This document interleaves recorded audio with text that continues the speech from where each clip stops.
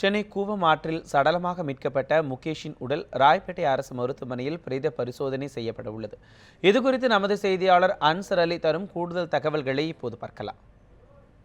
நேற்று காலை சிந்தாதிரிப்பேட்டை கூவம் ஆற்றில் சடலமாக மீட்கப்பட்ட முகேஷின் உடல் ராயப்பேட்டை அரசு மருத்துவமனையில் பிரேத பரிசோதனைக்கு உட்படுத்தப்பட உள்ளது. கண்ணகி நகரைச் சேர்ந்த முகேஷ் கடந்த 12ஆம் தேதி தனது நண்பர்களுடன் சிந்தாதிரிப்பேட்டையில் ஒரு நிகழ்ச்சியில் கலந்து கொள்வதற்காக வந்திருக்கிறார்.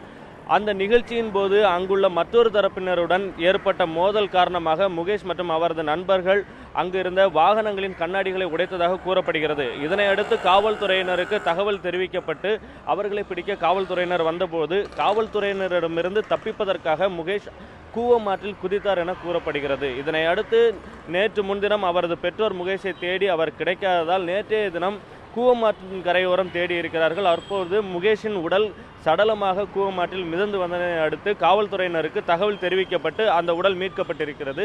மீட்கப்பட்ட உடல் ராயப்பேட்டை அரசு மருத்துவமனையில் நேற்றைய தினம் ஒப்படைக்கப்பட்டது. இந்நிலையில் முகேஷின் உடல் இன்று பிரேத பரிசோதனை செய்யப்பட உள்ளது. அவரது பெற்றோர்கள், உறவினர்கள் ராயப்பேட்டை மருத்துவமனையில் இருக்கிறார்கள்.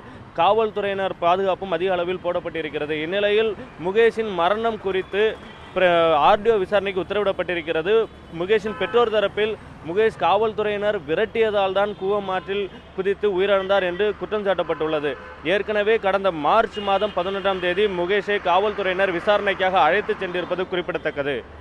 ஒளிப்பதிவாளர் ஆண்ட்ரூஸுடன் அன்சர் அலி, நியூஸ் 7 தமிழ், சென்னை.